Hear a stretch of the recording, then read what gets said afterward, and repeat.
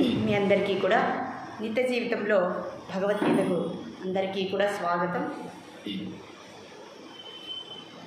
శ్రీ గురుభ్యో నమః. వాంఛాకల్పతరుభ్యశ్చ కృపా సింధుభయేవ చ పతితానాం పావనేభ్యో వైష్ణవేభ్యో నమో నమః.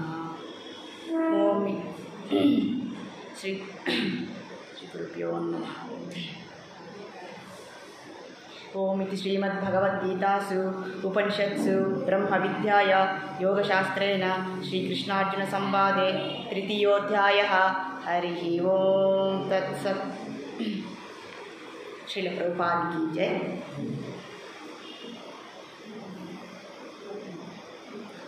కర్మ కర్మనా నశ్యతి అన్నటువంటి వాక్యాన్ని మనం ఒకసారి పరిశీలిస్తే, కర్మ కర్మన నశ్యతి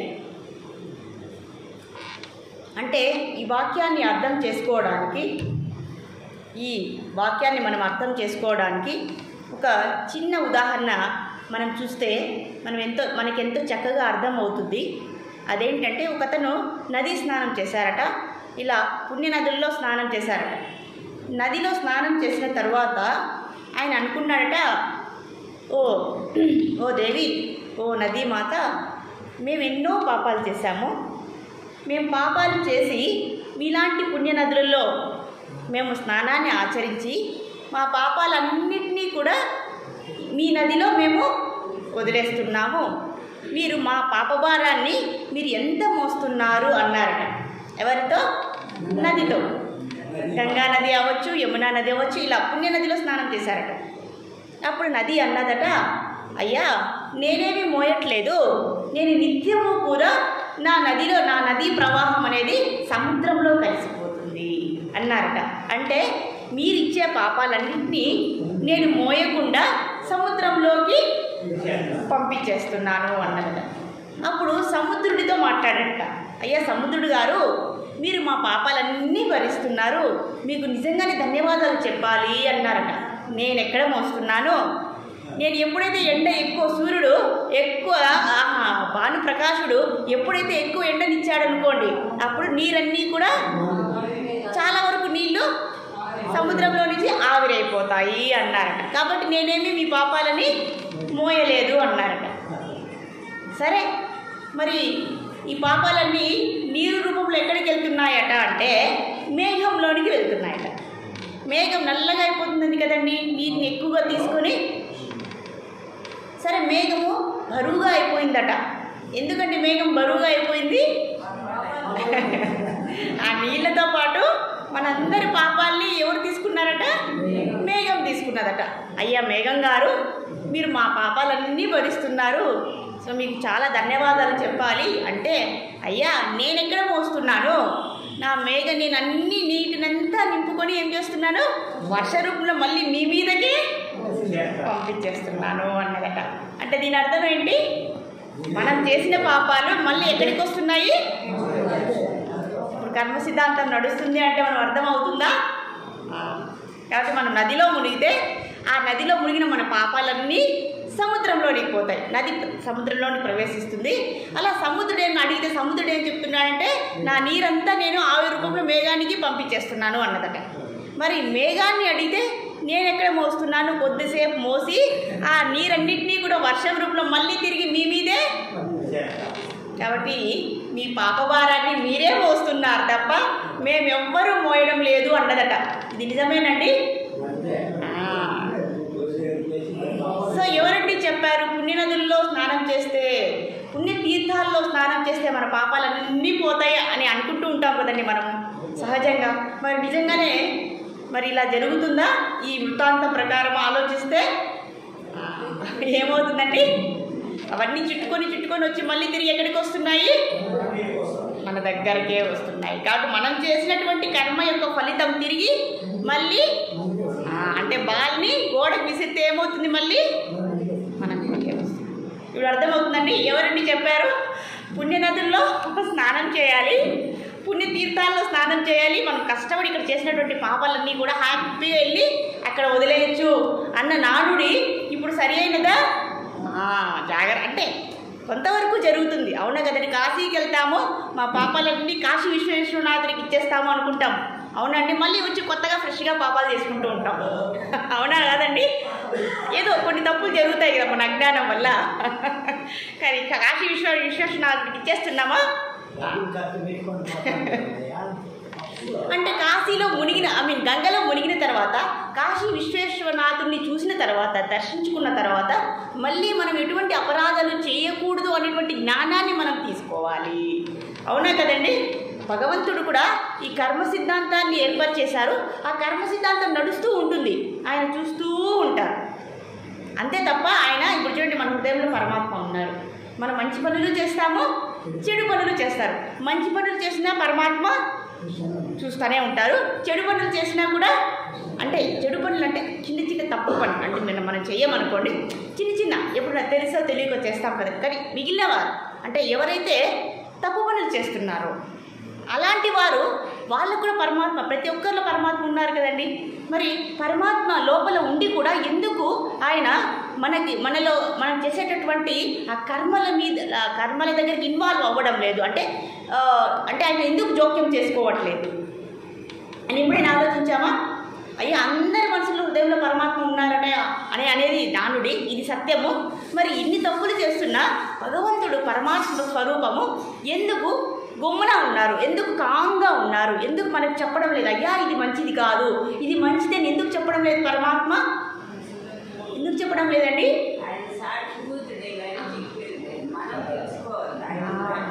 మనము తెలుసుకోవాలి. మరి మనం కూడా సాక్షిభూతులు తెలుసా మనకి? పరమాత్మ సాక్షిభూతి అన్నారు, చాలా మంచి వాక్యం చెప్పారు అమ్మగారు. మనము కూడా సాక్షిభూతమే, ఇది నిజమా కాదా? ఇప్పుడు మనకు ఉదాహరణ అండి, మీ దగ్గర చెప్పించేస్తాను. మనకు ఆకలేసింది, ఆకలి వేస్తుంది అనేది ఒక పని. అది ఎవరికి తెలుస్తుంది? ఎవరికి తెలుస్తుంది? మీరు మనసు అనుకున్నారా, లేదా బుద్ధి అనుకున్నారా, లేదా తెలివి అనుకున్నారా? కానీ ఎవరో ఒకరికి తెలుస్తుంది కదండి. అతనే ఆత్మ, అతనే సాక్షిభూతి. అర్థమవుతుందా? మనకు తెలుస్తుంది. ఆకలైనా, దప్పికైనా, బాధ అయినా, కష్టమైనా, సుఖమైనా, ఏం పని చేస్తున్నా మనకు తెలుస్తుంది. నేను అనేది లోపల ఆ అంతరాత్మ అనేది తెలుస్తూ ఉంది మనకు. అవునా కదండి? మనం చాలా పనులు ఆలోచించేటప్పుడు, అయ్యా అది చెయ్యకు, అయ్యా ఇది చెయ్యొద్దు అంటాం. కానీ నేను చేసేస్తాను ఆ పని అని అంటూ ఉంటాం. అంటే రెండు ఆలోచనలు ఎలా వస్తున్నాయి మనలో? మనం ఒక్కరమే అయితే రెండు ఆలోచనలు ఎలా వస్తున్నాయి మనకి? ఆలోచించామా మనము? ఆత్మస్వరూపం, సచ్చిదానంద స్వరూపం చెప్తూ ఉంటుంది మనకి, అయ్యా ఇది చెయ్యకండి, ఎక్కువగా ఆలోచించకండి. కానీ మనం ఏం చేస్తాం? మన బుద్ధితో, మనకు ఉన్నటువంటి జ్ఞానంతో, లేదు నేను చేసేయాలి, ఇది చేస్తేనే నేను సంతోషంగా ఉంటాను అని చెప్తుంది కదా. కాబట్టి ఇక్కడ ఏమంటారు? కర్మనా నశ్యతి. ఈ ఎగ్జాంపుల్, ఈ ఉదాహరణ ప్రకారము మనం చేసినటువంటి పాపాలు ఎక్కడికి పోవండి, అవి చుట్టి మన తలకే చుట్టుకుంటాయి అనేది మనము ఆ అవగాహన మనలో ఉన్నదనుకోండి, ఆ జ్ఞానం మనలో ఉంటే మనం చేసేటటువంటి ప్రతి చిన్న పని కూడా మనం ఎంతో జాగ్రత్తగా చేస్తాం. అవునా కదండి? తెలియనప్పుడు చేసేస్తాం, కానీ తెలిసినప్పుడు జాగ్రత్త వహిస్తాం. కాబట్టి జ్ఞానం అనేది తీసుకోవాలి. కాబట్టి ఈ అజ్ఞాన కర్మలను జ్ఞానమిలిత కర్మలే నాశనం చేస్తాయి తప్ప ఏ గంగానదో, ఏ కాశీ విశ్వనాథుడో, ఏ భగవంతుడో ఏమీ చెయ్యలేడు కాదు, చెయ్యడు. ఆయన సర్వాంతర్యామి, అన్నీ చేస్తారు. కానీ కర్మ సిద్ధాంతం అనేదాన్ని ఒకటి పెట్టారు, చెప్పాం కదండి. ఎప్పుడైతే సృష్టిని మనం మొదలు పెట్టారో అప్పుడు భగవంతుడికి అవసరమైనటువంటి వ్యవస్థ ఏంటి అంటే ధర్మ వ్యవస్థ. ఆ ధర్మం ప్రకారం అన్నీ జరుగుతూ ఉంటాయి. ఆ ప్రకృతిని సృష్టించారు, మాయను సృష్టించారు, దుర్గాదేవికి అప్పగించేశారు. దుర్గాదేవి పరిపాలిస్తుంది. ఎవరు మంచి చేస్తారు, ఎవరు మంచి పనులు చేస్తున్నారు, ఎవరు చెడు పనులు చేస్తున్నారు, ఎవరు మంచిగా ఆలోచిస్తున్నారు, ఎవరు సత్కర్మలు చేస్తున్నారు, ఎవరు దుష్కర్మలు చేస్తున్నారు అని ఆవిడ గమనిస్తూ ఉంటుంది. అందుకే దుర్గా అనేది, అంటే ఆమె గమన. ఎవరైతే చెడు మార్గంలో వెళ్తూ ఉంటారో వాళ్ళని లాగేస్తుందన్నమాట దుర్గాదేవి అంటే. అదే దుర్గా అంటే, అంటే గమనం. సో మంచి చేసిన వాళ్ళందరినీ, సత్కర్మలు చేసిన వాళ్ళని, పుణ్యం చేసిన వాళ్ళని మంచి లోకాలకు పంపించేస్తుంది. అలాగే చెడు కర్మలు, దుష్కర్మలు చేసిన వాళ్ళని అధో లోకాలకి లేదా అధో జన్మలకి, నిమ్న జన్మలకు ఆవిడ పంపించేటటువంటి అధికారము దుర్గాదేవికి లేదా మాయకు ఈ శక్తి అనేది భగవంతుడు ఇచ్చేశాడు. కాబట్టి మనకు ఇక్కడ తెలిసింది ఏంటంటే ఈ అజ్ఞానం అనే మనకు కావాల్సింది ఏంటయ్యా, జ్ఞానంతో కర్మను ఆచరించండి. కాబట్టి ఏ పని చేయాలన్నా ఆ అవగాహనను తెలుసుకొని ఇది మంచిదా ఇది మంచిది కాదా అనే జ్ఞానాన్ని తెలుసుకుని శాస్త్రాల ద్వారా, మనకు తెలిసినటువంటి జ్ఞానంతో కాదు, శాస్త్రయుక్తంగా భగవంతుడు ఏదైతే మనకు ప్రసాదించారో ఆ శాస్త్రాన్ని మనం చదివి అర్థం చేసుకుని సద్గురువుల ద్వారా అలాంటి కర్మాచరణ చేస్తే అప్పుడు అది జ్ఞాన కర్మ అవుతుంది, సత్కర్మ అయిపోతుంది అని ఇక్కడ చెప్పారు. కాబట్టి ఈ వృత్తాంతానికి ఇప్పుడు చెప్పేటటువంటి శ్లోకానికి చాలా సంబంధం ఉంది. కాబట్టి మనం ఈ చిన్న వృత్తాంతం తెలుసుకున్నాం. కాబట్టి ఇక్కడ నుంచి మనము గంగా నది, యమునా నది, ఇలా పుణ్యనదులు పుణ్యతీర్థాలకు వెళ్ళిపోయి మన పాపాలను ఇచ్చేద్దామా, ఇస్తాము అంటే నమ్ముదామా? ఏ వాక్యము చెప్పినా అది నిజమా కాదా అనేది ఆలోచించాలి అని ఇక్కడ శాస్త్రం చెప్తుంది. సరే, ఈ 12వ శ్లోకం ఏం చెప్తుందో చూద్దాం. అంతవరకు ఇంతకుముందు శ్లోకంలో 11వ శ్లోకంలో 3వ అధ్యాయంలో కర్మయోగంలో మనకు చెప్తున్నారయ్యా, సృష్టి మొదలు జీవరాశులన్నింటినీ సృష్టించారు. అంటే ఇందులో ముఖ్యంగా మానవులను సృష్టించారు, మానవ శరీరాలను సృష్టించారు. మానవ శరీరాలతో పాటు యజ్ఞాలను కూడా సృష్టించారు.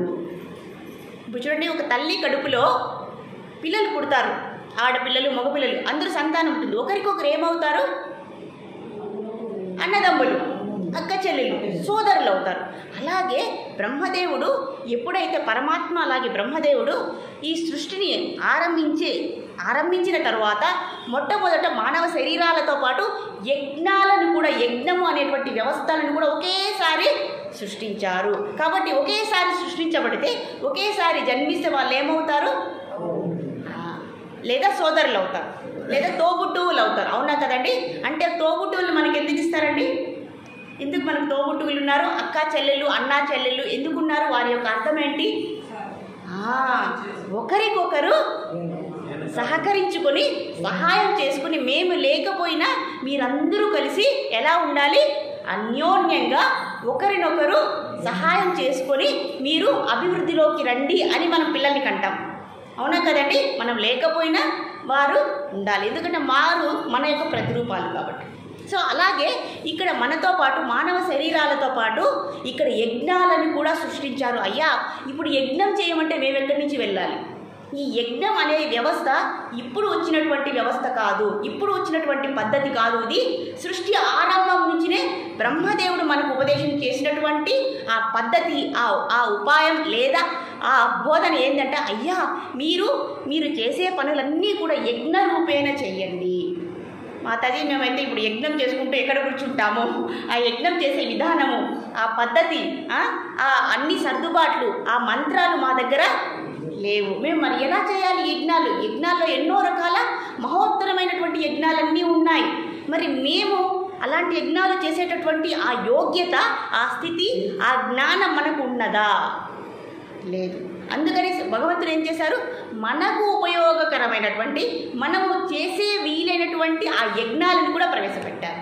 అదే ఇంతవరకు మనం చర్చించుకుంటూనే ఉన్నాం. అదే ఇక్కడ చెప్తున్నారు. ఆ శ్లోకాన్ని ఒక్కసారి మనం విందాము, ఏం చెప్తున్నారో భగవంతుడు. ఇష్టాన్ భోగాన్ హి వో దేవ దాస్యంతే యజ్ఞ భావత తైతత్తాన ప్రదాయేభ్యో యో భుక్తేస్తేన ఏవ సహ అంటున్నారు. అయ్యా, ఇక్కడ ఏమంటారంటే ఇష్టాన్ భోగాన్ హి వో దేవా అంటున్నారు. ఇంతకుముందు శ్లోకంలో అయ్యా మీరు యజ్ఞాలు చేయండి, ఆ యజ్ఞాలు చేసి ఆ యజ్ఞాలు అనేటివి మీకు అన్నదమ్ములు లాంటివి, వాటిని చేసి మీరు అభివృద్ధిలోకి రండి అన్నారు. ఉదాహరణకు చెప్పుకుంటే మనము ఇంతకుముందు తప్పకుండా యజ్ఞాలు చేసేవాళ్ళండి, వరుణ యజ్ఞం చేసేవాళ్ళం. చూడండి, మనం వ్యవసాయం చేయాలంటే మనకేం కావాలి? వర్షం కావాలి. వర్షాన్ని ఎవరిస్తారు? వరుణదేవుడు ఇస్తారు. మరి వరుణదేవుడు వర్షాన్ని ఇవ్వాలంటే మనం చేసినటువంటి కర్మ ఏంటి? వరుణ యజ్ఞం తప్పకుండా ఆచరించేవారు. ముందు కాలం నుంచి కూడా ఆ వరుణ యజ్ఞం చేస్తే తప్పకుండా ఆ వరుణదేవుడు, అధిష్టాన దేవుడైనటువంటి ఆ వరుణదేవుడు వర్షాన్ని సకాలంలో కురిపించేవారు. అవునా కదండి? ఇప్పుడు కూడా మన కాలాలన్నీ ఉన్నాయి కదా. ఏంటి మన కాలాలన్నీ కూడా? వర్షాకాలం, ఎండాకాలం, శీతాకాలము, ఇలా అలాగే ఋతువులు ఇవన్నీ ఎందుకు వస్తున్నాయండి? సూర్యుడు తెల్లవారుజామునే వచ్చేస్తాడు, చంద్రుడు సాయంత్రం అయితే మనం ఏమైనా చెప్తున్నామా, టీవీలో రిమోట్ ఆన్ చేస్తే అన్ని ఛానల్స్ వచ్చే విధంగా సూర్యుడు, చంద్రుడు, నక్షత్రాలు అన్నీ వస్తున్నాయా? గాలి, అగ్ని, సూర్యుడు, వర్షము, అన్ని ఋతువులు, వసంత ఋతువు, గ్రీష్మ ఋతువు, ఈ ఋతువులన్నీ మనం చెప్పినట్లే వస్తున్నాయండి. స్కెడ్యూల్ ప్రకారం వస్తున్నాయా? మరి ఎలా వస్తున్నాయి? అవన్నీ వాటికే వచ్చేస్తున్నాయా? వాటికి అధిష్టాన దేవతలైనటువంటి ఆ దేవతలు సకాలంలో అన్ని సదుపాయాలను కలిగే విధంగా ఈ ప్రకృతిలో అమర్చబడ్డారు కాబట్టి ఎవరి బాధ్యతలను వాళ్ళు నెరవేరుస్తున్నారు. సపోజ్ ఒక ఇంట్లో కుటుంబంలో అమ్మ వంట చేసి పెడుతుంది, నాన్న సంపాదించి పెడతాడు. ఎవరికి? పిల్లల్ని ఆ విధంగా అభివృద్ధిలోకి ఎలా తీసుకొస్తారో అలాగే భగవంతుడు, అలాగే ప్రకృతి కూడా మనల్ని ఏం చేస్తున్నారు? మనకు కావాల్సినటువంటి అన్ని సౌకర్యాలను ఏ టైంకి ఏం కావాలో అన్ని సదుపాయాలు ఇస్తున్నారు. అది మనం గమనిస్తున్నామా? ఎంతమంది గమనిస్తున్నామండి? 1 నిమిషం 2 నిమిషాలు గాలి లేకపోతే ఇప్పుడు అర్థమవుతుంది మనకి. అవునా అండి? ఇవన్నీ మనం ఎప్పటికీ మనకు చూడండి, మన ఇంట్లో బియ్యం అయిపోయాయి అనుకోండి, అబ్బా బియ్యం అయిపోయా ఇప్పుడు ఏం చేయాలి, మేము ఇంట్లో డబ్బులు అయిపోయా ఇప్పుడు ఏం చేయాలి అనేటువంటివి అప్పుడు ఆలోచన మనకు సీరియస్గా వస్తుంది. అలాగే కొంతసేపు గాలి లేకపోయింది అనుకోండి, ఒక 2 రోజులు సూర్యుడు రాకపోయాడు అనుకోండి, చంద్రుడు రాకపోయాడు అనుకోండి, అప్పుడు ఏమవుతుందండి? అప్పుడు తెలుస్తుంది మనకు అసలైన విలువ. అప్పుడు తెలుస్తుంది ఆ దేవతల యొక్క విలువ మనకు అర్థమవుతుంది. అవునండి? ఇది ఎప్పుడైనా మనం గమనించామా? ఆలోచించామా? ఎవరిస్తున్నారు, ఎక్కడి నుంచి ఇస్తున్నారు, ఎందుకు ఇస్తున్నారని మనం ఎప్పుడైనా ఆలోచించామా? ఇప్పుడు ఆలోచించాలి. ఎందుకంటే ఎందుకు ఎలా అడుగుతున్నామంటే ఆ యజ్ఞానికి ఈ దేవతలకు ఏంటా సంబంధము అని అంటున్నారు. యజ్ఞంలో దేవతలందరినీ ఆవాహనం చేస్తున్నాం మనం. మరి ఎందుకు ఆవాహనం చేయాలి? ఆవాహనం చేసిన తర్వాత, ఆ యజ్ఞం చేసిన తర్వాత ఆ యజ్ఞ శేషాన్ని ప్రతి ఒక్క దేవుడికి మనం ఎందుకు పంపాలి? పంపితే ఏమవుతుంది అని అంటారు. గత శ్లోకంలో వాళ్ళు చెప్పారయ్యా, కింద లోకం వాళ్ళు, పైన లోకం వాళ్ళు ఒకరినొకరు సహకరించుకోవాలి అని చెప్పారు. కింద లోకం వాళ్ళు పై లోకాల వాళ్ళకి ఏమవుతారు? ఇప్పుడేవో చెప్పాం మనం. ఏం చెప్పామండి? పైలోకం వాళ్ళంటే ఎవరండి? దేవతలు. వాళ్ళు ఎక్కడి నుంచి వచ్చారు? కొత్తగా పుట్టుకొని వచ్చారా వాళ్ళు? బ్రహ్మ సృష్టించారా? ఓకే, అందరినీ సృష్టించారు బ్రహ్మ. మరి పైన దేవతలు ఎవరు చెప్పాము మొన్న. మన తాత ముత్తాత చిన్నాన్న నాన్న ఇలా మన అన్ని పూర్వీకులు ఉన్నారే, ఎవరైతే సత్కర్మలను ఆచరించి మంచి సత్కర్మ ఫలితాన్ని పొందారో వాళ్ళు ఉత్తమ లోకాలకి వెళ్ళిపోతున్నారు. పైన 7 లోకాలు, కింద 7 లోకాలు ఉన్నాయి కదండి. ఎవరైతే ఇట్లా యాగాది క్రతువులు ఎవరైతే నిర్వహిస్తున్నారో, భగవద్ ఆరాధన ఎవరైతే బాగా చేస్తున్నారో వాళ్ళు ఆ పుణ్యఫలంతో వాళ్ళు అనేక లోకాలకి వెళుతూ, స్వర్గలోకం, జపలోకం, మహర్లోకం, తపర్లోకం, ఇలా అన్ని మంచి లోకాలకి వెళ్ళిపోతూ ఉన్నారు. వారెవరండి? కొందరు పితృదేవతలు ఉన్నారు. అవునా కదా? వారందరూ ఎవరు అనుకుంటున్నారు? మన పూర్వీకులే. మనం ఎవరికో ఏమి ఇవ్వడం లేదు, మన పూర్వీకులకు మనం అన్నీ యజ్ఞం ద్వారా సమర్పిస్తున్నాము. వారన్నీ కూడా మనకి కావాల్సినటువంటి అవసరమైనటువంటి వస్తువులన్నింటినీ కూడా మనకు అందిస్తూ ఉన్నారు. కాబట్టి ఈ విధంగా జరుగుతుంది. పరస్పర సహకారం, పరస్పర ఉపకారం ద్వారా ఇవన్నీ కూడా జరుగుతూ ఉన్నవి ఈ సృష్టిలో అని ఇక్కడ చెప్తున్నారు. అయ్యా, ఎవరైతే యజ్ఞాలను చేయరో, యజ్ఞాలు చేయకుండా సోమరితనంతో ఉంటారో వాళ్ళని ఏమంటారట? పరమాత్మ ఇక్కడ నివేదిస్తున్నారు, నేనేం నివేదించడం లేదు. వాళ్ళని సోమరులు అంటున్నారు భగవంతుడు. ఎవరైతే యజ్ఞ యాగాది సత్కర్మలు ఎవరైతే చేయరో వాళ్ళని ఏమంటారట? సోమరిపోతులు అంటారట. అయ్యో, నేను అనడం లేదయ్యా, అంతంత పెద్ద మాటలు నేను అనడం లేదు. ఇక్కడ పరమాత్మ బ్రహ్మ ఇద్దరు ఉపదేశిస్తున్నారు. చెప్పండి.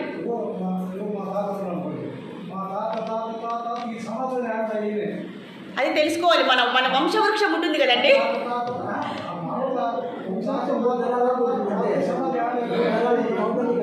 ఆ తర్వాత మనకు ఆ హిస్టరీ, ఆ బ్యాక్గ్రౌండ్ మనకు తెలియదు. ఆ చైన్ కట్ అయిపోయి ఉంటుంది అనమాట.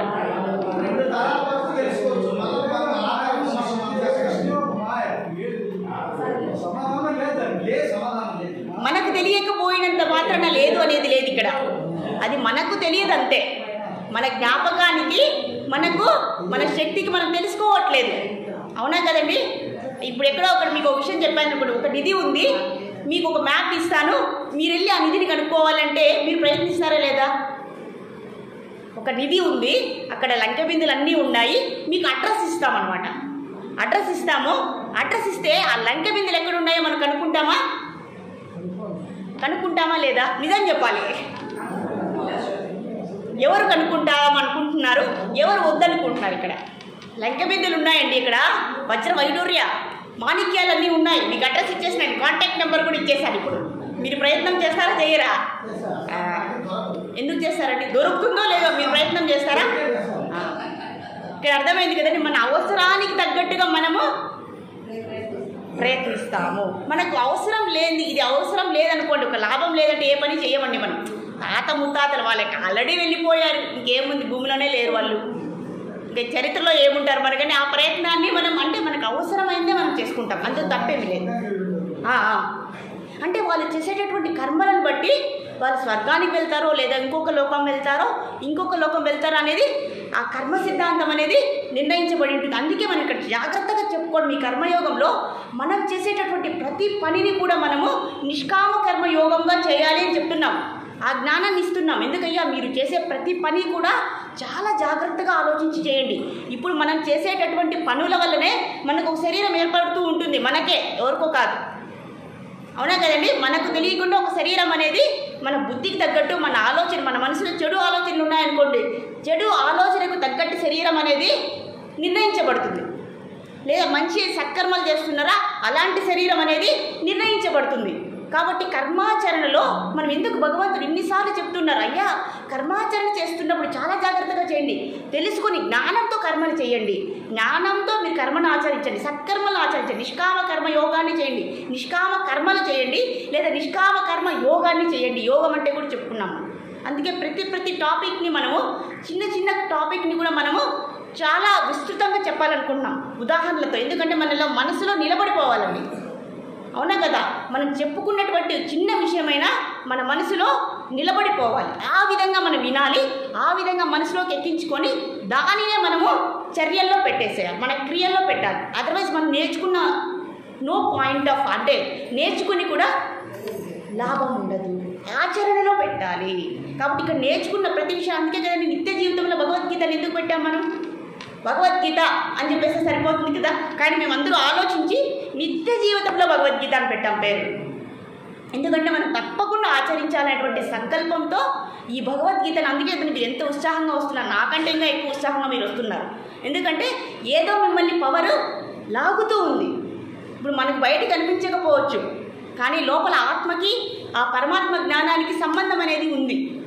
అవునా కదండి? అవునా, మనం ఈ శరీరంతో సంబంధం లేదు. మనం అనుకుంటాం మనకి ఈ శరీరానికి చాలా అవినాభావ సంబంధం ఉంది. ఎలా అంటే ఫెవికాల్ వేసినటువంటి గట్టిగా ఉందనుకుంటాం, కానీ ఏమాత్రం ఆ సంబంధం లేదండి. అవునా కదా? ఎన్నో ఎగ్జాంపుల్స్ మనం చూసాం. కాబట్టి ఇక్కడ అంటున్నారండి, ఇష్టాన్ భోగాన్ హివో దేవ దాస్యంతే యజ్ఞభావత.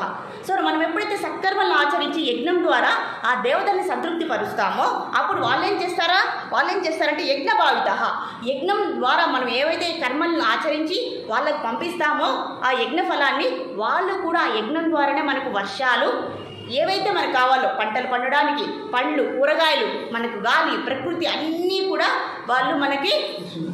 కాబట్టి మనలో 2 భాగాలు ఉన్నారటండి. వాళ్ళు ఎవరో గురించి ఇక్కడ చెప్పుకున్నాం. ఇష్టాన్ భోగాన్నివో దేవ దాస్యంతే యజ్ఞభావత. ఇక్కడ అంటున్నారండి, మనకు కావాల్సినటువన్నీ కూడా మనం ఎప్పుడైతే చూడండి, మన ఇంటికి ఎవరైనా వస్తారు, మన ఇంటికి ఎవరైనా సాధు పుంగవులు వచ్చారు, లేదా మహాత్ములు వచ్చారు, జ్ఞానులు వచ్చారు, మనం ఏం చేస్తాం? మన ఇంటికి వస్తే బయటకు వెళ్ళిపోండి, మేము మా ఇంట్లో ఏం లేవంటారా?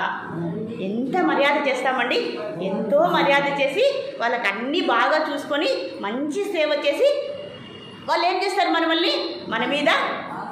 వాళ్ళు మనల్ని ఆశీర్వదిస్తారు. అలాగే ఈ దేవతలు కూడా మనం చేసేటటువంటి యజ్ఞ యాగాదుల్ని సంతృప్తి చెంది వాళ్ళు మనల్ని ఆశీర్వదిస్తారు. ఏమని ఆశీర్వదిస్తారు? మీరు మంచిగా అంటున్నటువంటి పెద్దవాళ్ళు ఐశ్వర్య ప్రాప్తిరస్తు, పుత్ర పౌత్రాభిరస్తు, ఇలా ఎన్నో రకరకాలుగా, లేదా సుమంగళి భవ, ఇలా ఎన్నెన్నో అంటూ ఉంటారు కదండి. ఇలా మన వాళ్ళు ఎలా ఆశీర్వదిస్తారో అంతకన్నా ఇంకా ఉన్నతంగా వాళ్ళు మనల్ని ఆశీర్వదిస్తారు. కాబట్టి మనం ఎవరి మీద ఆధారపడాలి? దేవతల మీద ఆధారపడాలి అని ఇక్కడ చెప్తూ ఉన్నారండి. ఇది చాలా చాలా ముఖ్యం. ఇంతవరకు ఎలా ఉన్నామో మనకు తెలియదు, కానీ ఇప్పుడు ఎలా ఉన్నాము అనే దానికి అర్థాన్ని ఇక్కడ వివరిస్తూ ఉన్నారనమాట. కాబట్టి ఇక్కడ చెప్తున్నారు, అయ్యా ఎవరైతే యజ్ఞయాగాది క్రతువులను ఎవరైతే చేయరో వాళ్ళని ఏమంటారో తెలుసా? దొంగలు అంటారట. ఏమంటారట? ఎందుకయ్యా అంత పెద్ద మాట వాడారు పరమాత్మ కానీ బ్రహ్మదేవుడు కానీ? ఆ ప్రజాపతి ఎందుకు ఇలా ఇంత గట్టిగా మాట్లాడుతున్నారు, ఇంత పెద్ద పదాన్ని ఉపయోగించారు? ఎవరైతే దేవతలను తృప్తిపరచరో యజ్ఞం ద్వారా వాళ్ళని ఏమంటారట? దొంగలు అంటారట. చాలా విశేషంగా మాట్లాడుతూ ఉన్నారు ఈ శ్లోకంలో. అది ఎందుకన్నారో ఇప్పుడు మనకి వివరిస్తారు. తేన ఏవ సహా. ఇప్పుడు చూడండి, ఇప్పుడు మనకు కళ్ళు కనపడాలి. దానికి కళ్ళకి ఎవరు అధిష్టాన దేవత? చూడండి, మన శరీరంలో ప్రతి ఒక్క అవయవానికి అధిష్టాన దేవత ఉన్నారు. ఎవరో తెలుసా? కళ్ళకెవరు? మనకు కనపడదు. సూర్యుడు లేకపోతే మనకి ఒకరిని ఒకరు చూసుకోలేరు. కాబట్టి ఆ కళ్ళకు అధిష్టాన దేవత ఎవరు? సూర్యభగవానుడు లేదా సూర్యనారాయణుడు అంటారు. మరి చెవులకు ఎవరు అధిపతి? ఈ జ్ఞానేంద్రియాలకి ఎవరండి? అంటే శబ్ద తరంగాలు ఎక్కడి నుంచి వస్తాయి? వాయువు నుంచి అనుకున్నాం. లేదా ధ్వని తరంగాలు అంటున్నారు కాబట్టి ఆకాశం అనేది అధిష్టాన దేవుడు. మరి నాలుకకి ఎవరు? నాలుకలో చూడండి, మనం అన్నం తినే ముందు నాలుకలో ఏముంటుంది మనకి? మీరు ఆహారాన్ని చూస్తేనే మీకు ఏమనిపిస్తుందండి? లాలాజలం అనేది. లాలాజలం అంటే ఏంటండి? నోట్లో నీరు ఊరుతాయా? ఇలా చెప్పాలి, అప్పుడు అర్థమవుతుంది. ఎందుకండి నోట్లో నీళ్ళు వస్తాయి? ట్యాప్లో కదా నీళ్ళు రావాలి, నోట్లో ఎందుకు వస్తున్నాయి? దానికి ఎవరు కారణము? దానికి కారణం ఎవరండి? వరుణదేవుడు. ఆ వరుణదేవుడు ఆ సహాయాన్ని మనకి ఇస్తున్నారు, ఆ సామర్థ్యాన్ని. మనం చూడండి, మన నోట్లో తేమ లేకపోతే ఆహారాన్ని తీసుకున్నాం అనుకోండి, ఏమవుతుంది? లోపలికి పోతుందా? దీనికి కారణం ఏంటి? ఆ లాలాజలం అనేది స్రవించబడుతుంది అని చెప్తున్నారు. సాయిరామ్ అమ్మగారు వచ్చేసారు.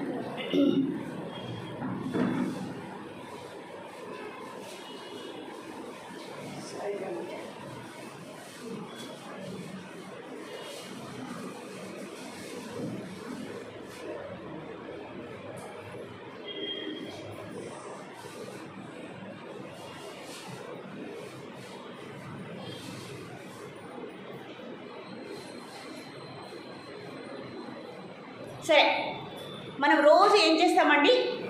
ఒక పనిని మనము రోజుకు 3 పూట్ల చేస్తాం లేదా 4 పూట్ల చేస్తాం. ఆ పని ఏంటి? భోజనం. అవునా కదండి? నిత్యము మనం దేని ఇష్టపడతాము? భోజనాన్ని 3 సార్లు లేదా 4 సార్లు. అంటే పలహారం కూడా ఉందండి, అది కూడా యాడ్ చేయండి, మళ్ళీ మేము ఫీల్ అవుతాం. రోజుకు 4 సార్లు. అంటే కాఫీ టీ ఏవో తాగుతారు కదా, స్నాక్స్ అవన్నీ తింటారు, బిస్కెట్స్ తింటారా లేదా? తినేసారండి క్లాస్కి, ఏం తప్పులేదు. ఎందుకంటే మనం బాగా వినాలి కదా, అవునా కదండి? కాబట్టి ఈ భోజనము ఎక్కడి నుంచి వస్తున్నది? ఇప్పుడు చెప్పాలి, భోజనం ఎక్కడి నుంచి వస్తున్నది? మనం నిత్యం చేసేటటువంటి ఆ ఉత్తమమైన మనకి ఇష్టమైన కర్మ ఏంటండి? భోజనం. మరి ఆ భోజనం ఎక్కడి నుంచి వస్తుంది? భూమి నుంచి వస్తుంది. Very good. మీకు ఏమనిపిస్తుందో చెప్పేయండి. పంటల నుండి వస్తాయి. Very good. భూదేవి నుంచి వస్తుంది. మీరేం చెప్పినా కరెక్టే అనేస్తాను నేను, తప్పనను. అదే నా స్పెషాలిటీ. మీరు రత్నాక వర్షం వల్ల భోజనం వస్తుంది. Very good. వృక్షాల వల్ల వస్తుంది. సూర్యుడి వల్ల వస్తుంది. Very good. ఓకే, ఇంకా వెనకాల మనకు భోజనం ఎక్కడి నుంచి వస్తున్నది? మీరు చెప్పిన వాళ్ళకి చెప్పకూడదు. ఇప్పుడు అయిపోయింది ఛాన్స్. ఇక్కడ ఏదో అంటున్నారు, దున్నుతున్నారా?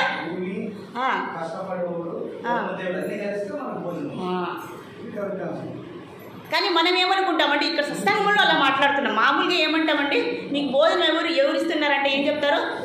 నేను సంపాదించాను అని భర్త అంటారు. భార్య ఏమంటారు? నేను చేశాను ఈ భోజనాన్ని. ఎవరు చేశారు ఈ భోజనాన్ని అంటే నేను చేశాను. బాగా చేశాను అంటే నేనే చేశాను. బాగా చేయలేదంటే ఆవిడ చేసింది అంటే మా ఇంట్లో అలాగే జరుగుతుందిలేండి. బాగా చేశారంటే నేను చేశానంటే, బాగా లేదంటే మాతాజీ చేశారు. నేను మళ్ళీ ఊరికే నవ్విద్దామని చెప్తున్నానండి. యాక్చువల్లీ నేనే సరిగా చేయను, ఆవిడ బాగా చేస్తారు. సో అలా భోజనం అనేది ఎక్కడి నుంచి వస్తుందిరా అంటే మనం అనుకునేది భ్రమ. భగవంతుడు ఈ దేవతల ద్వారా, ఈ అధిష్టాన దేవతల ద్వారా మనకు సరైన సమయంలో ఆ వర్షాన్ని కురిపించడం వల్ల చూడండి, మనం యజ్ఞాలు చేసినా వర్షం వస్తుంది, యజ్ఞాలు చేయకపోయినా ఆయన వాళ్ళు దేవతలు మనలా కాదండి. కోపం వస్తే మన పని మనం సహాయం చేస్తాము, కోపం రాకపోతే సహాయం చేస్తాము, కోపం వస్తే సహాయం చేయము. అలాగే దేవుడు అనుకుంటే అవుతుందండి. సూర్యుడు ఏ సమయంలో రావాలో కరెక్ట్గా వచ్చేస్తారు. చంద్రుడు ఎప్పుడు రావాలో అప్పుడే వచ్చేస్తారు, నక్షత్రాలు ఎప్పుడు రావాలో అప్పుడే వచ్చేస్తారు. కాబట్టి సూర్యుడి వల్ల మనకు ఈ కళ్ళకు అధిష్టాన దేవుడు ఎవరు? సూర్యుడు. కాబట్టి ఆ సూర్యుడు మనకు వెలుగునివ్వాలనేటువంటి మంచి ఉద్దేశంతో ఆయన మనకి ప్రత్యక్షం అవుతారు. ఆ విధంగా మనకు వెలుగు వస్తుంది. అది మనం ఏమన్నా అర్థం చేసుకున్నామా, ఆలోచించామా? మీరు ఎలా చూస్తుంటే నా కళ్ళతో చూస్తున్నాను ఏమంటాము? మీరు ఎలా చూస్తున్నారంటే నా కళ్ళు ఉన్నాయి, చక్కగా ఉన్నాయి. ఏంటి కనపడడం లేదా? నేను చక్కగా చూస్తున్నాను, బ్యూటిఫుల్ ఐస్, నాకు చాలా బాగున్నాయి కళ్ళు, బాగా చూస్తాను. మరి ఆ చూపు ఎక్కడి నుంచి వచ్చిందయ్యా అంటే సూర్యుడు అనేటువంటి అధిష్టాన దేవత నుంచి మనకు చూపు వచ్చింది. మరి అన్నము ఆ లాలాజల స్రవం అనేది ఎవరి నుంచి వచ్చిందయ్యా అంటే వరుణుడు. వరుణుడు అంటే ఆయన వర్షాన్ని ఇచ్చేవారు. అలాగే మన నాలుక మీద, మన జిహ్వ మీద ఆ లాలాజలం అనేటువంటి నీరుని అనేక గ్రంథులతో ఆయన మనకి నీటిని మన నాలుక మీద ఉంచుతున్నారు. ఆ సామర్థ్యాన్ని మనకి ఇచ్చారు. కాబట్టి ప్రతి అధిష్టాన దేవత గురించి మనము తెలుసుకోవాలి. అలాగే వాసన పీల్చడానికి లేదా గాలి పీల్చడానికి అధిష్టాన దేవత ఎవరు? వాయుదేవుడు. ఇవన్నీ మనం మరి ఇంత సహాయం చేస్తున్నారు కదండి, మరి వాళ్ళకి మనం ఏం చేస్తున్నాము అని ఎప్పుడైనా ఆలోచిస్తున్నామా? అంటే ఇక్కడ యజ్ఞం గురించి మాట్లాడుతున్నాం కాబట్టి ఆ యజ్ఞం ఏంటి, ఆ యజ్ఞాన్ని ఎవరికి సమర్పించాలి అనే ఆ వ్యవస్థ గురించి అర్థం చేసుకోవడానికి ఒక్కొక్కరి గురించి మనం ఇక్కడ చెప్పుకుంటూ ఉన్నామండి. కాబట్టి సహాయం చేసే ప్రతి ఒక్కరికి కూడా మనం ఏం చేయాలి? కృతజ్ఞతా భావంతో వాళ్ళని ఏం చేయాలి? మనము ఆరాధించాలి. ఎలా ఆరాధించాలి? మనం చేసేటటువంటి సత్కర్మలు. అంటే ఇక్కడ సత్కర్మలే యజ్ఞం అన్నమాట. సో యజ్ఞాలు అంటే పూర్వమైనటువంటి ఆ గొప్ప గొప్ప మహాయజ్ఞాలని మనము చేయలేం. కానీ మనం చేసేటువంటి చిన్నపాటి పూజలు, హోమాలు, యజ్ఞాలు, వ్రతాల ద్వారా మనము ఏం చేయాలి? వాళ్ళు ఇచ్చినటువంటి భోజనాన్ని మనం ఏం చేయాలి?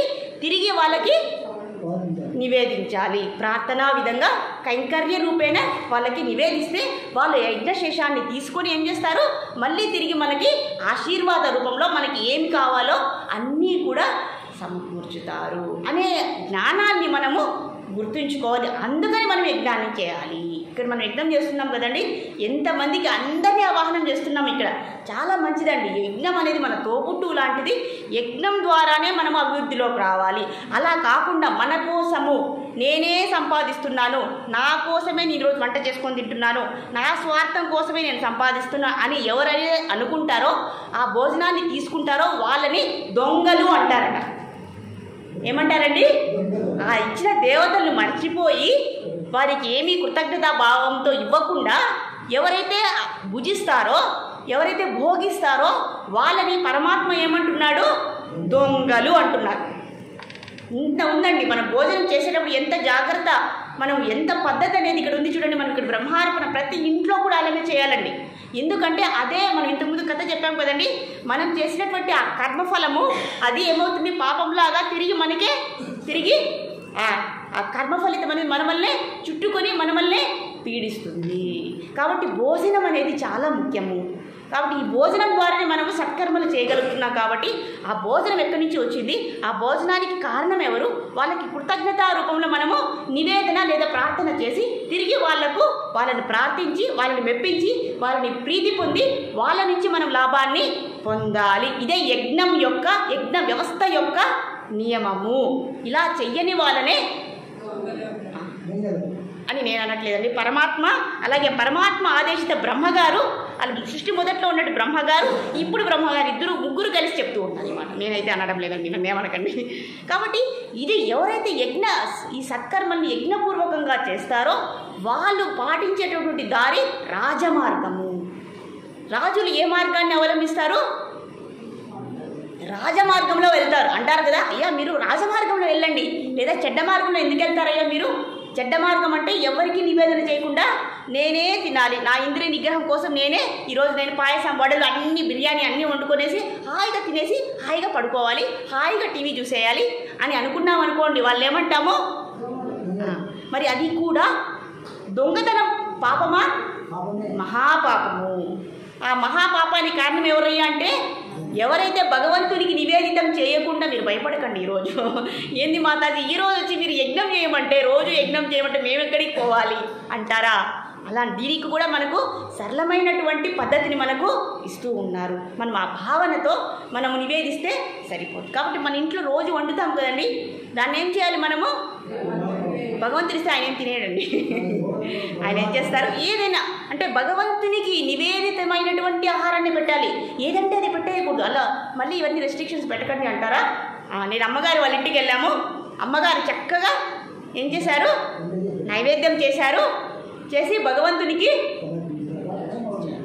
మా కృష్ణ ఇంట్లో కూడా అదే, ఆయనకు పెట్టందే మేము తినం. ఎందుకంటే భయపడే ఈ వ్యవస్థ అనేది ఉంది కాబట్టి భగవంతునికి కృతజ్ఞత రూపంతో అలా మొదలుపెట్టాము.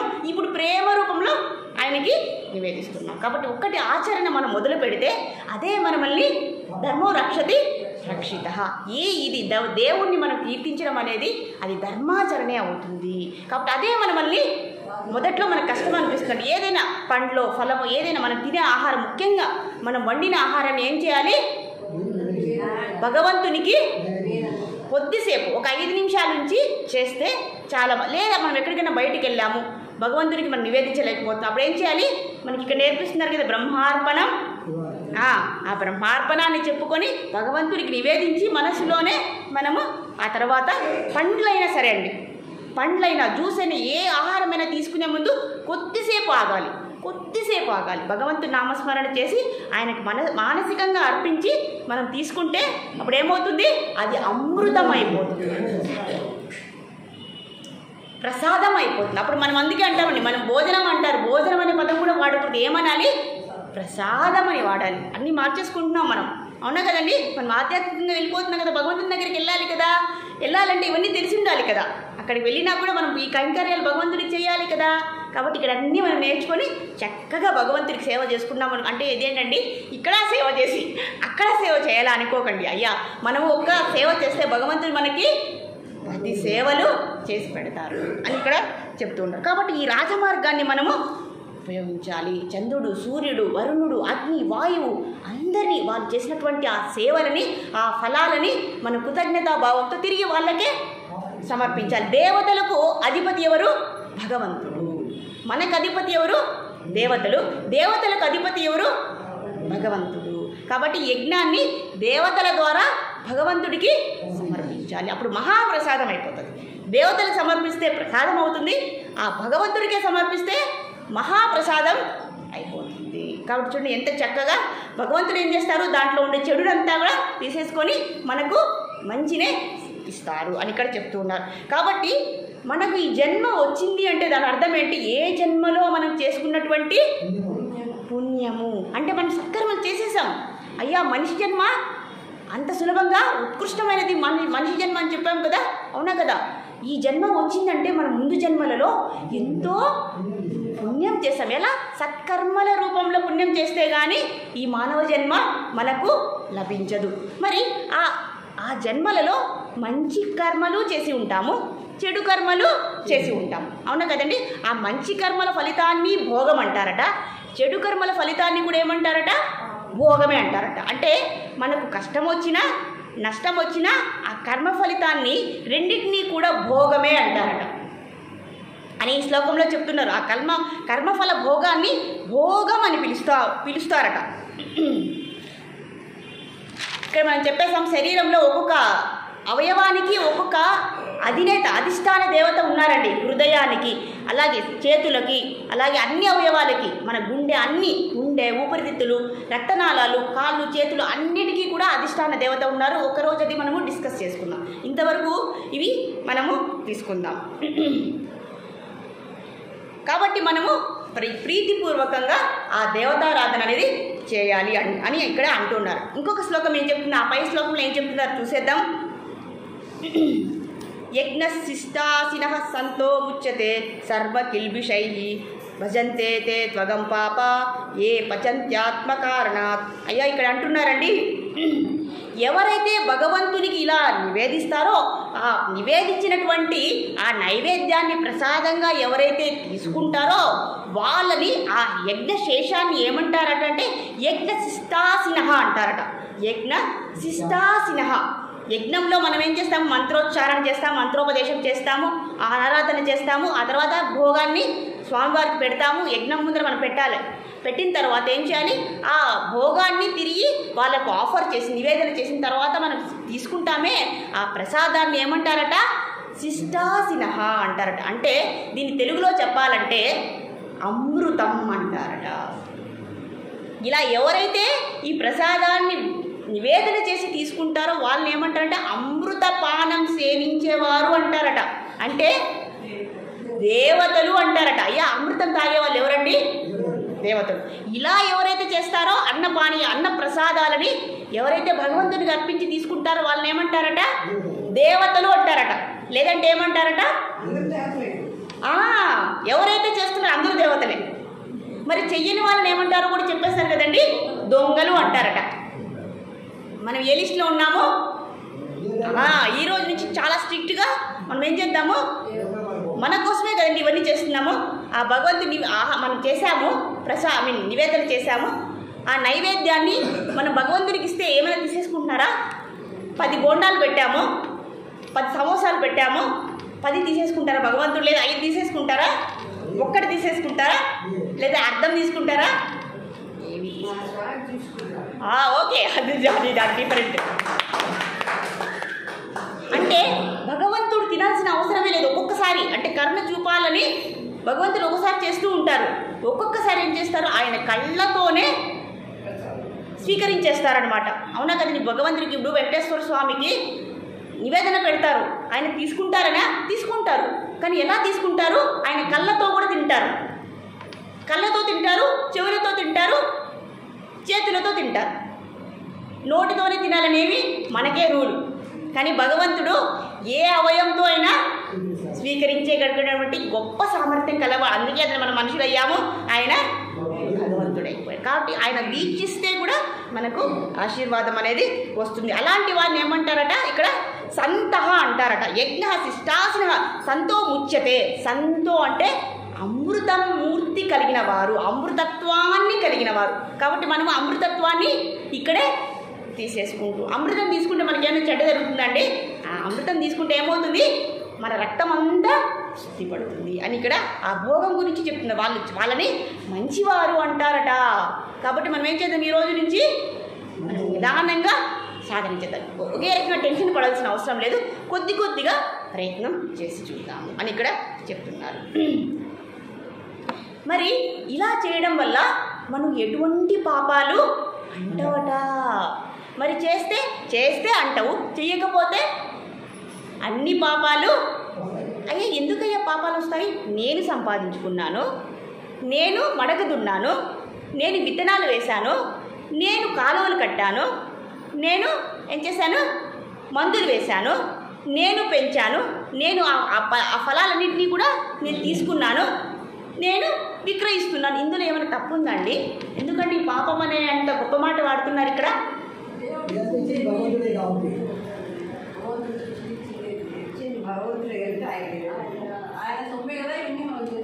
అదే అంటారు కారణము. అంటే భగవంతుడు ఏమన్నా సాడిస్టా? అయ్యా నీకు పెడితేనే మేము తినాలా? ఇంకొక కారణం ఉంది ఇక్కడ. ఇంకొక కారణం ఏమైంటుంది? ఇప్పుడు చూడండి, పంట ఉంటుంది. పంట ఇప్పుడు మొక్కజొన్న అనుకోండి, మొక్కజొన్న బాగా పండింది, మనం ఇంకా తీసేయాలి పంటని. అంతకుముందు ఇంకా ఎవరు వస్తారు అక్కడికి? ఎవరు వస్తారు? ఆ పంట కోసము పక్షులు వస్తాయి, ఇంకా కొన్ని జీవరాశులు వస్తాయి కదండి దాని దగ్గరికి. చీమలు కానీ అవి తినే అవన్నీ వస్తాయి కదా. అవి పాపం వాటి కోసం ఆశపడుతూ ఉంటాయి కదా. మనం ఏం చేస్తాం? ఏ చీమ పక్కకు పో, ఏ పక్షి పక్కకు పో, ఇది నాది అని లాక్కొని తీసుకునే ఆ ప్రాసెస్లో కొన్ని జీవరాశులు చనిపోతాయి. అవునా కదండి? అవన్నీ కూరగాయలు ఇంటికి తీసుకొచ్చాము. మరి ఏం చేసాము? ఏ వంట చేసేటప్పుడైనా మన వంటగదిని ఏం చేయాలి? శుభ్రం చేయాలి. ఆ శుభ్రం చేసేటప్పుడు ఎన్ని క్రిములు చనిపోతాయో తెలుసా? మనకు తెలియదు కాబట్టి, మన కంటికి కనపడవు కాబట్టి. కాబట్టి ఆ క్రిములన్నింటినీ ఎవరు సంహరిస్తున్నారు ఇక్కడ? మనమే. అంటే ఆ క్రిమిలో ఉండే ఆత్మ మన ఆత్మకి ఏమైనా తేడా ఉందా? లేదు. ఒక దోమ అనుకోండి, కరిస్తే టపాని కొట్టేస్తాం. దానిలో ఉండే ఆత్మ, మనలో ఉండే ఆత్మ ఎవరు? భగవంతుడు ఉన్నారా? సరే భగవంతుని తత్వం ఉందనుకున్నాం కాబట్టి మనమే కదండి, మనం కూడా దోమలాగా పుట్టాం, మనం కూడా ఈగలాగా పుట్టాం. ఆత్మ యొక్క లక్షణం ఒకటే కదండి, నీలో నాలో సర్వ జీవరాశుల్లో ఉండేది ఒకే ఆత్మ అని చెప్పుకున్నాం, మనమే ఉన్నామని చెప్పుకున్నాం, పరమాత్మ తత్వమే ఉందని చెప్పుకున్నాం. మరి దోమైనా చీమైనా జీవరాశి పక్షి అయినా వాటిని సంహరిస్తే అది పాపం కదా? ఒక దోమని చంపాము, ఒక చీమని చంపాము, మనం వెళ్ళేటప్పుడు ఎన్ని చీమలు చంపేస్తామండి? మరి అది పాపం కదా? మనమే చీమై పుడితే మనం వాళ్ళు ఎవరైనా తొక్కితే అది తప్ప రైటా? కాబట్టి పండిన కూరగాయల్లో ఎన్నో క్రిములు ఉంటాయి. ఏం చేస్తాం? వాటిని చంపి తీసుకొని వస్తాము, ఇల్లు శుభ్రం చేసేటప్పుడు చచ్చిపోతాయి. ఆ తర్వాత ఏం చేస్తాం? నీళ్ళని వేడి చేస్తాము. ఆ వేడి చేసి ఆ బియ్యాన్ని వేస్తే ఏమవుతుంది? మళ్ళీ కొన్ని జీవరాశులు, బియ్యంలో ఉండేటువంటి జీవరాశులు, కొన్ని క్రిములు చనిపోతాయి. అవునా కదండి? రవ్వ వేసినా బియ్యం వేసినా ఏమవుతుంది? అన్నం వండేటప్పుడు మీరు చెప్పగలరా ఏ జీవరాశి దీంట్లో లేదని? ఇప్పుడు మనం అందరూ ఉన్నామండి ఇక్కడ, ఎన్ని జీవరాశులు, ఎన్ని తలలు ఉన్నారు అంటే ఎంతమంది చెప్తారు? మీరు ఇక్కడ ఎన్ని తలలు ఉన్నాయంటే ఏమని చెప్తారు? ఎక్కువ మంది లెక్క పెట్టరా? ఎన్ని తలలు ఉన్నాయి కూడా లెక్క పెట్టరా? అవి లెక్కలో లేవు మనకి. కంటికి కనపడినటువంటి జీవరాశి కూడా, ఆ క్రిమి కూడా ఆత్మనే, ఆత్మస్వరూపమే. మనమల్ని చంపినా దాన్ని చంపినా హింసనే అని చెప్తున్నారు పరమాత్మ. అంటే మనకు కంటికి కనపడినటువంటి జీవరాశి యొక్క ఆ ప్రాణం యొక్క విలువ ఒకటే, మన యొక్క విలువ ఒక్కటే. ఇదే పరమాత్మ, ఇదే పరమాత్మ తత్వం. మరి వాటిని చంపితే మనమల్ని చంపినట్లే, మనమల్ని చంపితే వాటిని. కాబట్టి మనం వంట వండేటప్పుడు ఎన్ని జీవరాశులు చనిపోతాయంటే అన్ని జీవరాశులు నిత్యము చనిపోతాయి. మనం పీల్చేటటువంటి గాలిలో కూడా ఎన్నో సూక్ష్మజీవులు ఉన్నాయి, అవునా కదండి? మరి అవన్నీ చనిపోవడం లేదా? దానికి కారణం ఎవరు? కర్త ఎవరు? ఎవరండి? మన శ్వాస పీల్చాము, ఆ జీవరాశులు మనలో పోతాయి, దేవుడి దగ్గరికి పోతాయా? మనలో ఉండేటువంటి వేడికి అవి చనిపోతాయి. ఆ చంపబడ్డానికి కారణం ఎవరయ్యా? మనమే. మరి మన పాపం రావాలి కదా, అదే. కాబట్టి మనం వండినటువంటి ఆహారం ఏదైతే ఉందో అందులో ఎన్నో హింసలు చేసి, ఎన్నో హత్యలు చేసి, ఇలా చెప్పాలి ఇంకా, ఎన్నో హత్యలు చేసి మనం ఏం చేస్తున్నాం? ఆహారాన్ని తయారు చేసి ఆ ఆహారాన్ని నివేదనగా భగవంతుడికి ఇస్తున్నాం. అయ్యా మేము హత్యలు చేసి ఈ ఆహారాన్ని తీసుకొని వచ్చాం. నిజమా కదండి? నిజమా కదా? ఇది నిజమా కదా? యథార్థం. కాబట్టి అందుకు మనం ఈ భోజనాన్ని భగవంతుడికి సమర్పించాలన్న, అంటే దీనివల్ల ప్రాయశ్చిత్తం చేసుకోవాలి కదండి. మనము చేయకపోతే అది చిన్న జీవిలో ఏముంది అని అనుకున్నాం అనుకోండి, కొన్నిసార్లు మనకి ఎందుకు కష్టాలు వస్తాయో మనకే తెలియదు. అది ఎందుకంటే ఇందువల్లే, అయ్యా నేను ఏ తప్పు చేయలేదు, ఎవరిని ఏమనలేదు, కానీ నాకు ఎందుకు ఇలా జరుగుతుంది అంటే దానికి కారణం ఎవరయ్యా? మనమే. మనకు తెలియక ఎన్నో చేస్తున్నాం, తెలిసి ఎన్నో జీవరాశుల్ని చంపుతూ ఉన్నాం. దాని యొక్క పాపం అంతా మన దగ్గరికే వస్తున్నది. కాబట్టి ఆ భోజనాన్ని భగవంతునికి నివేదించి కొద్దిగా అయిన ప్రాయశ్చిత్తాన్ని చేసుకుంటున్నాం. అందుకని యజ్ఞం ముందర, భగవంతుని ముందర యజ్ఞమైనా చేయండి, లేదా భగవంతునికి రోజు సమర్పించండి, అదే యజ్ఞం. సత్కర్మ ఆచరణే యజ్ఞం. అవునా కదా? మనం చేసే పని ప్రతిదీ కూడా మంచి జరుగుతుందా లేదా అని ఆలోచించి భగవత్ స్వరూపంగా భగవంతుని సెంటర్లో పెట్టుకొని చేస్తే, భగవంతుని కేంద్రంగా చేస్తే అది సత్కర్మ అవుతుంది. దానివల్ల మనకి ఎటువంటి పాపము అంటదు. మనం ఫైనల్గా ఇక్కడ ప్రయత్నిస్తున్నది ఏంటయ్యా అంటే సత్కర్మల ద్వారా మనం పుణ్యాన్ని సంపాదించుకున్నాం. ఇంతకుముందు మాతాజీ పాట పాడారు, అయ్యా మనం వచ్చినప్పుడు ఏమీ రాదు, పోయేటప్పుడు తప్పకుండా వస్తుందండి. ఏదొస్తుందండి? పుణ్యము పాపం రెండు మనం ఇంటికి వస్తాయి. డోంట్ వరీ, ఇందులో ఏ సందేహము లేదు. కాబట్టి మనం ఏం చేయాలి? పాపాలన్నింటినీ ఇక్కడే పారేసి, పాపాలు లేకుండా చేసుకొని బ్యాగ్లో ఏం పెట్టుకోవాలి? సూట్ కేసులో. ఎస్, భక్త సంజాయతే భక్త అన్నారు. అయ్యా మాకు పుణ్యము వద్దు, ఇంకొక మెట్టు పైకి ఎక్కుదాం. మాకు పుణ్యము వద్దు, పాపము వద్దు, మాకేం కావాలి? శుద్ధ భక్తి కావాలి. భక్త సంజాయతే భక్త, మాకు కావాల్సింది భక్తి, మాకు కావాల్సింది సేవ. నీ సేవే మా యొక్క పరమార్థం అని ఎవరైతే వెళ్తారో వాళ్ళు వెళ్ళిపోతారు. వాళ్ళు ఈ శరీరం నుంచి పర్మనెంట్గా వెళ్ళిపోతారు. అందులో సందేహం లేదు. ఎందుకంటే భగవద్గీత సాక్షిగా భగవంతుడు చెప్పినటువంటి యథార్థమైనటువంటి తత్వజ్ఞానం ఇదే. కాబట్టి ఎందుకు మన భోజనాన్ని ప్రతి పూట ఎన్ని పూటలు తింటామండి మనము? నేనైతే 4 పూటలు తింటానండి. కాబట్టి ప్రతిసారి భగవంతుని అయ్యా నీకు శ్రీ విష్ణు శ్రీ విష్ణు శ్రీ విష్ణు అని ఏ సందర్భం లేకపోయినా ఎటువంటి పరిస్థితులు లేకపోయినా శ్రీ విష్ణు శ్రీ విష్ణు శ్రీ విష్ణు అనేసి స్వామికి అర్పించి మళ్ళీ లాగించడమే, అంతే కదండి, లాగించడమే తరువాత. సో అలా మనము టైం అయిపోయింది. Very good very good. 7:25 అయిపోయిందా? కాబట్టి ప్రతి కర్మని కూడా మనము ఈ విధంగా చేసుకోవాలి. ఇలా ఎన్నో ఉన్నాయండి. ఖండని భేషణి చుల్లి ఉదకం బీచ ఇవన్నీ చెప్పేయాలండి నేను. పంచశూన గృహస్థ తాపి స్వర్గం నవిదంతి అని రకరకాల శ్లోకాల ద్వారా మనము నేర్చుకుంటూ ఉన్నాం. కాబట్టి మనం సుష్టాన్న భోజనాన్ని ఎప్పుడు కూడా భగవంతుని నివేదనగా మనము చేయాలి అని ఇక్కడ యజ్ఞంగా మనకు చెప్పిస్తూ ఉన్నారు. కాబట్టి మనం తీసుకునేటువంటి ఆహారాన్ని మనం యజ్ఞశేషంగా మనము తీసుకొని ఆ విధంగా యజ్ఞ రూపేణ మనం ఏం చేయాలి, భగవంతుడికి అర్పించి తిరిగి ఆ ప్రసాదాన్ని తీసుకుంటే దానివల్ల మనకి ఎటువంటి పాపం అనేది రాదు అని ఇక్కడ చెప్తున్నారు. మరి భగవద్గీత ఎందుకు చదవాలంటే, ఒకతను గంగానది, ఇది మీకు చెప్పాలనుకున్నాను, ఈ కథ వృత్తాంతం చెప్పేసి వదిలేద్దాం ఈరోజు. ఒకతను గంగానది తీరంలో నివసిస్తూ ఉన్నారట. ఆయన వ్యాపారట. ఆయనకు ఒక మంచి సామర్థ్యం ఉందటండి. ఆయన మన మొహాన్ని చూస్తూనే, మన నుదుటి చూస్తూనే బ్రహ్మదేవుడు రాసినటువంటి రాతని కనిపెట్టేయగలడు. అంటే ఆయనకు కనబడుతుందంట. ఆయనకి ఏం కనబడుతుంది? బ్రహ్మ రాత ఏమి రాశారో అది కనబడుతుందట. ఒకరోజు ఆయన గంగానది స్నానం చేద్దామని వెళ్ళారు. స్నానాన్ని ఆచరించారు. స్వామివారికి సంధ్యావందనం చేసుకున్నారు. వెళ్తూ ఉంటే కాలికి ఒక పుర్రె తగిలిందట. పుర్రె అంటే తల వెళ్ళిపోయిన తర్వాత పుర్రె తగిలిందట. అయ్యా అచ్చా ఇప్పుడే స్నానం చేసుకుని వచ్చా, ఇప్పుడు నేను శుద్ధి చేసుకున్నా, మళ్ళీ ఈ పుర్రె తగిలిందా, నేను మళ్ళీ గంగా స్నానం చేయాలి అని విసుక్కుంటూ వెళ్ళాడట. కానీ ఆ పుర్రెని చూస్తే ఎంతో ప్రకాశంగా ఉందట. ఏంటబ్బా ఇది ఇంత వింతగా ఉంది, ఏంటి దీని ఈ పుర్రెని చూద్దాం ఏముందో అంటే ఆ పుర్రె మీద మొత్తం రాత కనబడుతూ ఉందట.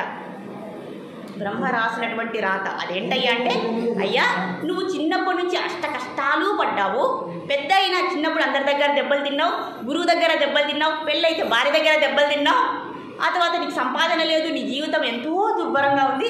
కాకపోతే నీవు మరణించిన 500 సంవత్సరాలకు నీకు మోక్షం ప్రాప్తిస్తుంది అని చదివాడట. దేని మీద? ఆ పుర్రె మీద. అది చదివి అది చాలా బాగుంది. అదేంటండి, మనిషి బతుకుంటే అవమానం చేయొచ్చు, మనిషి పుర్రె అయిన తర్వాత కూడా అవమానం జరుగుతుందా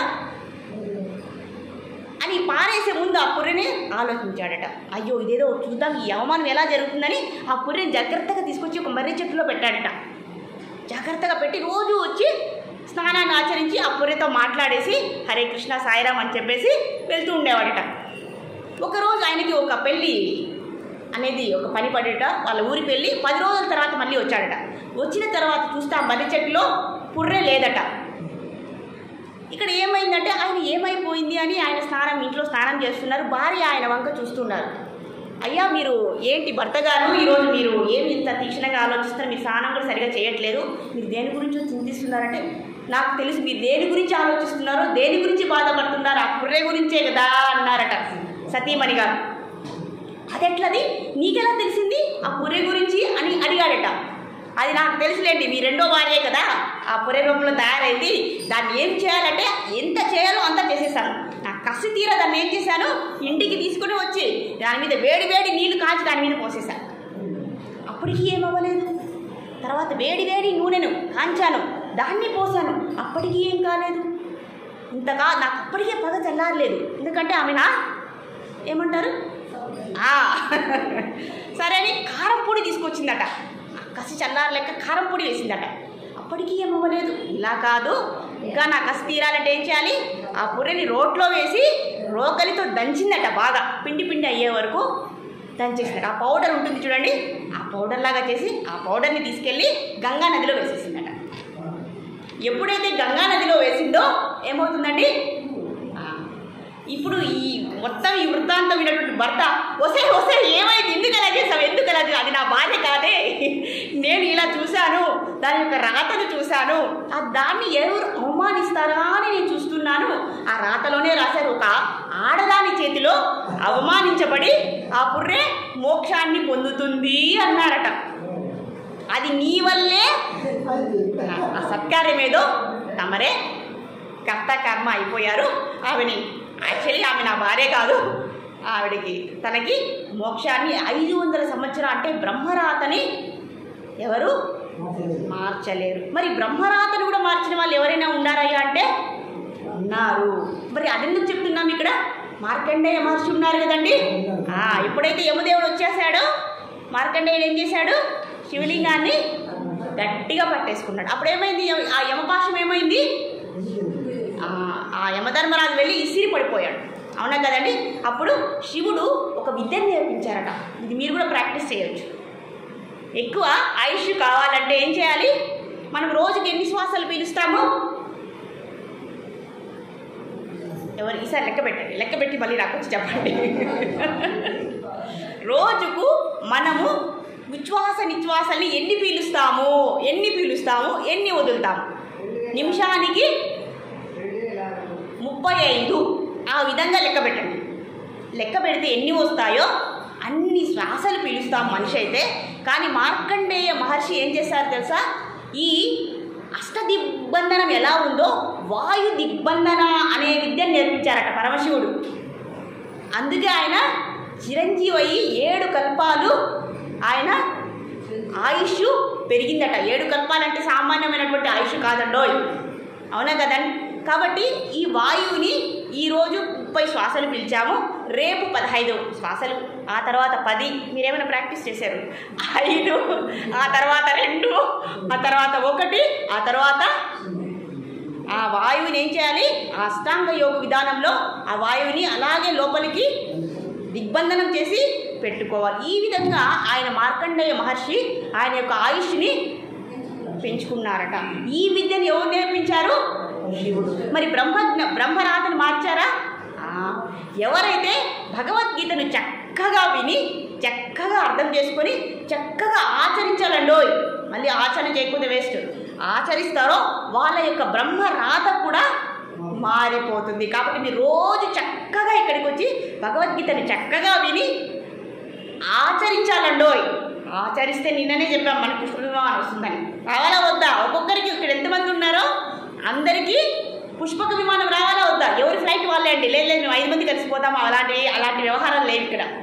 అవునా కదండి. ఎవరి కర్మ ఫలితం వాళ్ళు అనుభవిస్తారు. కాబట్టి ఈ భగవద్గీత అనే జ్ఞానాన్ని, పరమ జ్ఞానాన్ని నేర్చుకోవడం వల్ల సత్కర్మాచరణ ద్వారా మనకి ఎటువంటి పాపాలు లేకుండా భక్తితో ఆ సేవతో భగవంతుని చేరుకోవాలని, అందుకు భగవద్గీతని రోజు మీరు చక్కగా రండి. నేను రోజు రావడానికి ప్రయత్నిస్తాం. 700 శ్లోకాలు ఉన్నాయి. మనం ఎంత త్వరగా చేసుకుంటే అంత మంచిది. కాబట్టి మేము చెప్పిన దానికి మీరు నిజంగా ఈరోజు వచ్చారు. చాలా కృతజ్ఞతలు మీ అందరికీ కూడా. హరే కృష్ణ హరే కృష్ణ కృష్ణ కృష్ణ హరే హరే, హరే రామ రామ రామ హరే హరే. శ్రీమద్ భగవద్గీతకి జై శ్రీల ప్రభుపాదికి